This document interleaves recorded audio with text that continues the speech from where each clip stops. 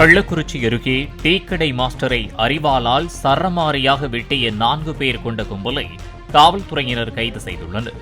டீக்கடை மாஸ்டரான சித்திரையன் தர்னீஷ் என்பவரின் மனைவியுடன் திருமணம் தாண்டிய உறவில் இருந்ததாகவும், இதனால் ஆத்திரமடைந்த தர்னீஷ் தனது நண்பர்களுடன் சேர்ந்து வந்து கொலைவெறி தாக்குதல் நடத்தியதாகவும் கூறப்படுகிறது.